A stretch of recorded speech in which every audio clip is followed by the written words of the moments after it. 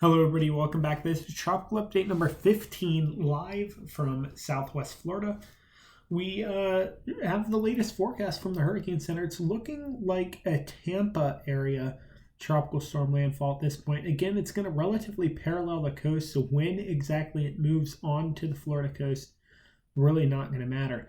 However, the latest forecast position, the latest current position, brings the storm a bit farther to the south than we had previously thought.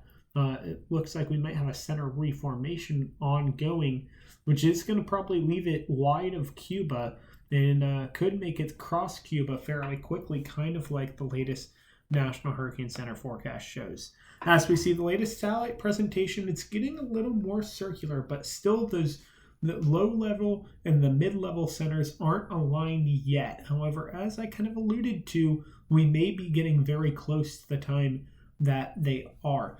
As a result, though, because they aren't, the storm has weakened down to 65 miles an hour now, which is still a very strong tropical storm. Tropical storm warnings remain in effect for the south coast of Haiti from Port-au-Prince to the border with the Dominican Republic, as well as the eastern half of Cuba and the island of Jamaica. Hurricane watches also are in effect for eastern Cuba, tropical storm watch for the Cayman Islands, West Ventura, Cuba, and parts of the Florida Keys. Again, like I said, the main area of focus now is going to be Jamaica, Cuba, and then, of course, the southeastern United States, especially Florida. And take a look at the current aircraft in the system. This is mission number 8 from the Air Force Reserve. We see it's at least still producing good winds, but the pressure isn't anything to write home about. I stuttered a lot in the sentence trying to get it out, but that's kind of what's going on with this storm right now. It's nothing to write home about, but it is looking like it's getting somewhat more organized. So we'll have this plane in there for the next 2 hours. We're going to have another Hurricane Hunter in tomorrow morning into mid-morning, mid-afternoon time frame. We'll have another plane in there tomorrow evening and night around the same time that this plane is currently in the storm as well. For me, I'm going to see the first tropical storm force winds most likely around Monday night, but that really doesn't matter so much. But that's kind of the timing we're looking like. DC could see tropical storm force winds as early as Thursday morning. So again, this is going to be an entire East Coast type event here. Of course, with the storm weakening over time due to land interaction. We're looking at 5 to 10 inches, isolated to 15 for portions of Cuba, 4 to 8 isolated to 15 for South Haiti and Jamaica, 3 to 5 for the Cayman Islands, 2 to 4 isolated to 6 for much of Florida.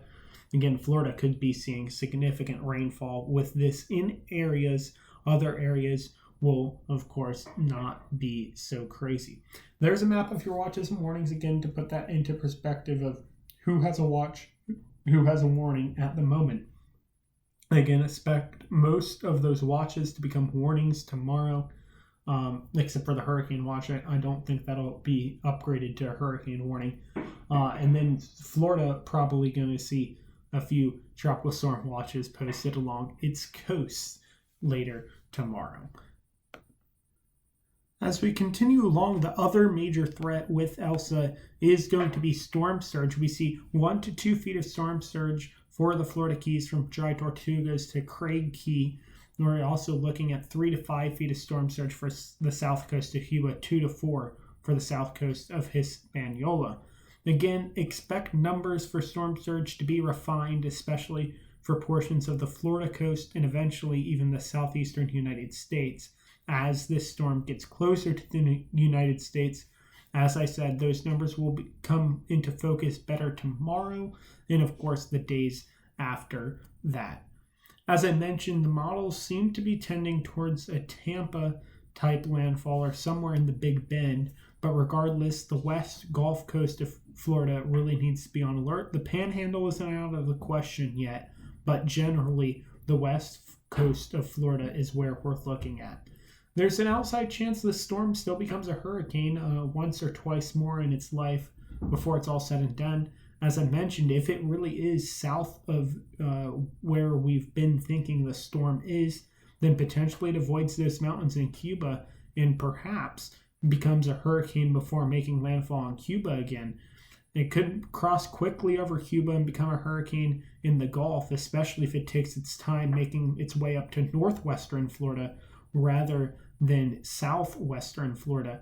And that gives it about 24 hours more over water if it were to hit somewhere in southwestern Florida versus somewhere in the Big Bend area. And that's a lot of time for this storm to gain some more strength before impacting the United States directly. Again, even after that, it's going to ride the coastline or be very near to the coastline, and so much of the United States needs to remain on alert for this storm. As we see from the other models, there's still an outside chance that this storm goes out to sea, but I really don't think that's a reasonable scenario given what we do know about this storm. The GEFS keeps this storm relatively weak, though, so that's also worth taking into account. Again, it all has to do with how much time and how much land interaction Elsa gets with Cuba tomorrow and on Monday. The European models, much the same of what they had been, obliterating Cuba and Florida, but being a weak storm as it does so. They also, almost all of the members show re-strengthening between the time it exits Cuba and enters Florida, although that re-strengthening isn't too significant. Then it rides up the coastline, potentially strengthening even some more after it exits out the other side of Florida.